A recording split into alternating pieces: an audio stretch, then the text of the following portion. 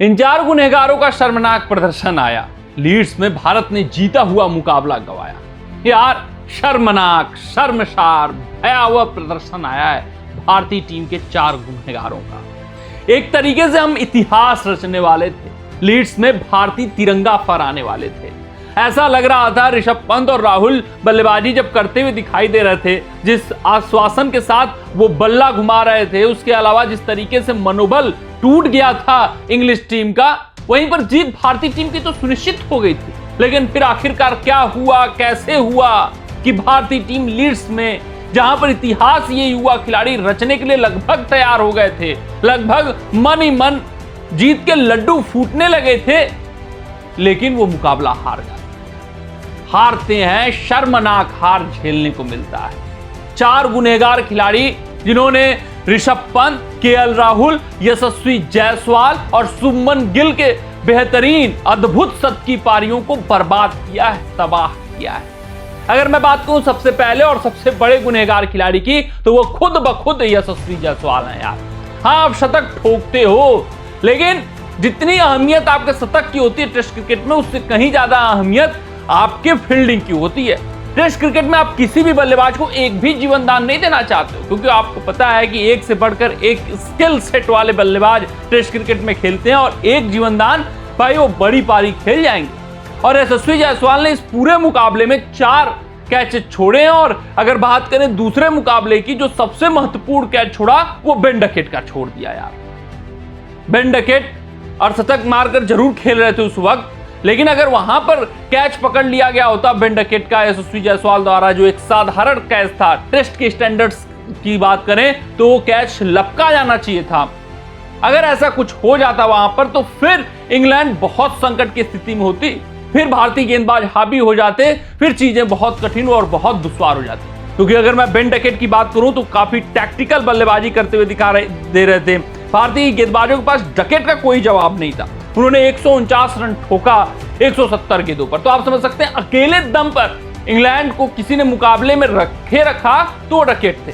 और उनका जीवनदान किसने दिया? यशस्वी जायसवाल ने एक साधारण कैच छोड़कर। पहली पारी में भी 3 कैच छोड़े, इस पारी में बेन डकेट का एक साधारण सा कैच छोड़ दिया, जिसके कारण भारतीय टीम में मुकाबला गंवाती हुई नजर आ रही है। अगर मैं बात करूं दूसरे खलनायक खिलाड़ी के, तो वो प्रसिद्ध कृष्णा रहे यार। प्रसिद्ध कृष्णा का शायद ये आखिरी टेस्ट मुकाबला होगा इस टेस्ट श्रृंखला का, क्योंकि जिस तरीके से ये गंदी गेंदें फेंक रहे हैं, विकेट लेने से मतलब नहीं है यार।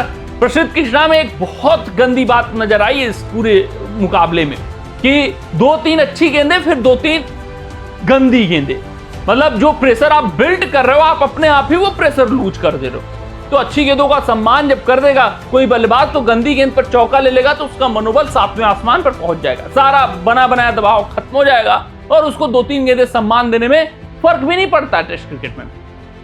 बहुत ये भयावह गेंदबाजी आई है प्रसिद्ध कृष्णा की, बहुत सारे रन लीक किए हैं उनके। अगर आपके आज के स्पेल की बात करूं मैं, जो प्रदर्शन आया है प्रसिद्ध कृष्णा का, उसको ही देखकर आप समझ जाएंगे। 15 ओवर 92 रन, 2 विकेट, 6 की इकोनॉमी रेट से इन्होंने रन खर्चे हैं। लुटाया गया है रन, आप समझ सकते हो इस तरीके से प्रसिद्ध कृष्णा की गेंदबाजी को देखकर। यह आखिरी मुकाबला है। अगर मैं बात करूं तीसरे गुनहगार खिलाड़ी की, तो शार्दुल ठाकुर यार न बल्ले से कुछ खास कर पाए, बतौर आपको बॉलिंग ऑलराउंडर इस टीम में रखा गया, और न गेंद से कुछ खास कर पाए। हाँ, 1 ओवर में 2 विकेट, लेकिन सिर्फ वही 2 विकेट, वही 2 गेंदें आप कह सकते हो शार्दुल ठाकुर के स्पेल की ऐसी लगी कि अच्छा चलो कुछ संतोष किया जा सकता है, कुछ जश्न मनाया जा सकता है। बाकी बहुत बुरा प्रदर्शन बतौर गेंदबाज शार्दुल ठाकुर का रहा। 10 ओवर में 51 रन इन्होंने खर्च किए हैं, 2 विकेट, एक तो डाउन लेग साइड एक विकेट मिल गया किस्मत से, और दूसरा भी बेहतरीन शॉट खेला गया था, लेकिन सीधे फील्डर के हाथ में चला गया।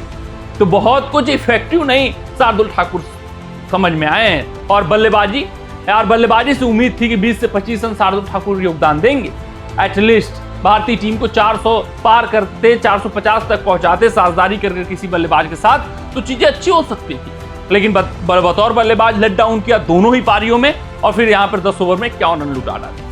वहीं अगर मैं बात करूं चौथे गुनहगार खिलाड़ी की, तो करुण नायर यार। जब मुकाबला ऋषभ पंत और राहुल ने सेट कर दिया था, तो करुण नायर से उम्मीद थी कि मैन इन फॉर्म है, लंबी पारियां खेलेंगे, बड़ी पारी में कन्वर्ट करेंगे और 20 रनों के योगदान पर वो अपना विकेट फेंकते हुए नजर आते हैं। करुण नायर चौथे गुनहगार रहे, पांचवें मोहम्मद सिराज आज इफेक्टिव गेंदबाजी करते हुए दिखे हैं, लेकिन वही बात है, विकेट चाहिए।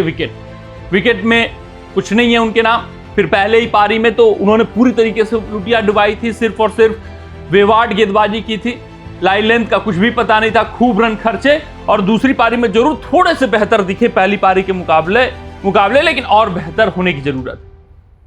तो सिराज ये जो लीडिंग पेसर थे बुमराह के साथ, वो कुछ खास नहीं कर पाए। इन 5 गुनहगारों ने भाई साहब जिताया मुकाबला, लीड्स टेस्ट में हराया है। जो मेहनत राहुल अनपंत ने दूसरी पारी में किया था, जिस तरीके से दोनों ने शतक ठोका था, बड़ी पारियां खेली थी, उम्मीद थी कि भारतीय टीम 372 रन जो स्कोर बोर्ड पे लगाई हुई है उसको डिफेंड कर ले जाएगी, लेकिन कुछ हो नहीं पाया और इंग्लैंड ऐतिहासिक जीत दर्ज करा ली।